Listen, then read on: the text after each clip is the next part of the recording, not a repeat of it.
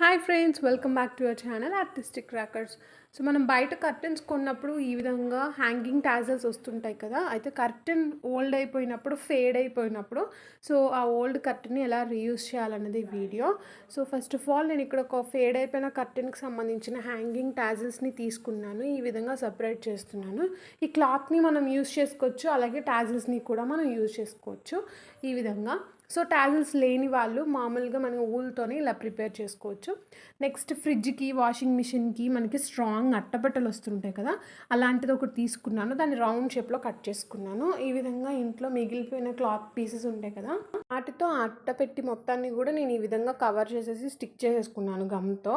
Hot గ్లూలు కానీ లేదంటే normal glue అయినా సరే యూస్ చేసి మనం స్టిక్ చేసేసుకోవచ్చు. సో ఫ్రంట్ సైడ్ నీట్గా మనకి స్టిక్ చేసుకోవాలి కాబట్టి ఆ మిగిలిన పీస్ని ఈ విధంగా కింద మనం ఇలా స్టిక్ చేసుకోవాలి, అంటే బ్యాక్ సైడ్ అనమాట. సో బ్యాక్ సైడ్ కూడా మనం ఇదే సేమ్ కలర్ క్లాత్తో మొత్తం అంతా కూడా ఈ అట్టపెట్టి కనిపించకుండా మనం స్టిక్ చేసేసుకోవాలి. అట్టపెట్టి థిక్నెస్ వచ్చేసి ఇది 1/2 ఇంచ్ ఉంది. మనకు సన్న అట్టపెట్టి కనుక అయితే 2 పీసెస్ని ఇలా కలిపి స్టిక్ చేసేసుకోవాలి. నెక్స్ట్ వచ్చేసి నేను ఒక లాండ్రీ బిన్ తీసుకున్నాను. అంటే మనం విడిచిన బట్టలు వేస్తుంటాం కదా, అలాంటిది అనమాట. లేదంటే మనం దీన్ని ఆర్గనైజర్లో అయినా సరే యూజ్ చేసుకుంటూ ఉంటాం కదా, అలాంటిది ఒకటి తీసుకున్నాను. సేమ్ ఇందాకలాగానే నాకు ఓల్డ్ క్లాత్ పీస్ని తీసుకున్నాను. దాన్ని ఈ లాండ్రీ బిన్ మొత్తం కూడా కవర్ అయిపోయేలాగా నేను ఈ విధంగా స్టిక్ చేసుకుంటున్నాను. అయితే స్టిక్ చేసేటప్పుడు మనం ఆ డస్ట్‌బిన్ లాంటిది లేదా లాండ్రీ బిన్ లాంటి దానికి అంటుకోకుండా స్టిక్ చేసుకోవాలన్నమాట. సో ఎందుకంటే మనం దీన్ని మళ్ళీ తీసి పెట్టుకోవడానికి ఈజీగా ఉంటుంది. సో క్లాత్ టు క్లాత్ మాత్రమే మనం స్టిక్ చేసుకోవాలి. బిన్‌కి ఎక్కడా కూడా మనం స్టిక్ చేయకూడదు. సో ఈ విధంగా అన్ని సైడ్స్ కూడా కవర్ అయిపోయేలాగా స్టిక్ చేసుకున్నాం కదా. నెక్స్ట్ ఇందాక మనం తీసుకున్న కర్టెన్ పీస్ ఉంది కదా, దాన్ని యూజ్ చేసి సో ఈ విధంగా ఎండింగ్ ఆ క్లాత్ ఏదైతే తీసుకున్నామో ఆ క్లాత్ చివర్లో ఈ విధంగా స్టిక్ చేసేస్తున్నాను. సో బార్డర్ అంతా కూడా నీట్గా ఉండాలని చెప్పేసి, అలాగే ఇది ఫిట్గా ఉంటుంది. సో దట్ మనం తీసి పెట్టుకోవడానికి ఇది వీలుగా ఉంటుందన్నమాట. ఇదైతే కంపల్సరీ ఎండింగ్లో మనం ఇట్లా స్టిఫ్గా ఉండే ఒక క్లాత్ని తీసుకొని ఈ విధంగా స్టిక్ చేసుకోవాలి. సో ఇందాక తీసుకున్న టాజిల్స్ ఉన్నాయి కదా, వాటిని నేను డెకరేషన్కి యూజ్ చేస్తున్నాను. ఇలా కనుక మన దగ్గర కర్టెన్ హోల్డర్కి సంబంధించినవి ఇలా టాజిల్స్ కనుక లేకపోతే కనుక మనం సింపుల్గా ఊల్తో టాజిల్స్ని ప్రిపేర్ చేసి స్టిక్ చేసుకోవచ్చు. లేదంటే శారీస్కి, బ్లౌజెస్కి మనం లేస్ని యూజ్ చేస్తుంటాం కదా, వాటి హెల్ప్తో అయినా సరే మనం స్టిక్ చేసుకోవచ్చు.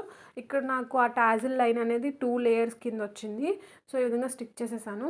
నెక్స్ట్ ఇందాక మనం ప్రిపేర్ చేసుకున్న కార్డ్బోర్డ్ పీస్ ఉంది కదా, ఆ కార్డ్బోర్డ్ పీస్ని పైన ఈ విధంగా ఈ క్లాత్కి మాత్రమే స్టిక్ చేసుకోవాలి. బిన్కి ఎక్కడ కూడా మనం స్టిక్ చేయకూడదు.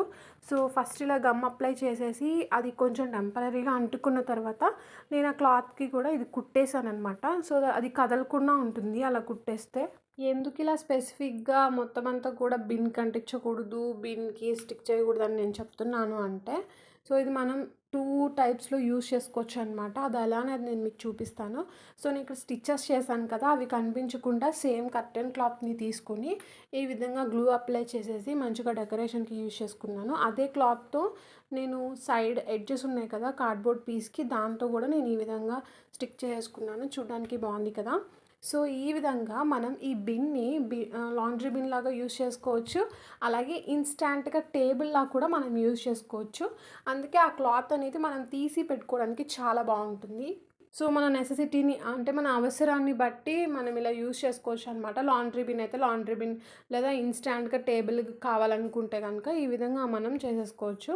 సో ఈ కార్డ్బోర్డ్ షీట్కి ఎక్కువ స్పేస్ కూడా ఆక్యుపై చేయదనమాట, సన్నగా ఉంటుంది కదా. సో ఎక్కడైనా సరే ఇది ఫిట్ అయిపోతుంది, ఖాళీ షెల్ఫ్స్లో పెట్టుకోవచ్చు. అవసరమైనప్పుడు తీసి చక్కగా టేబుల్ లాగా యూజ్ చేసుకోవచ్చు.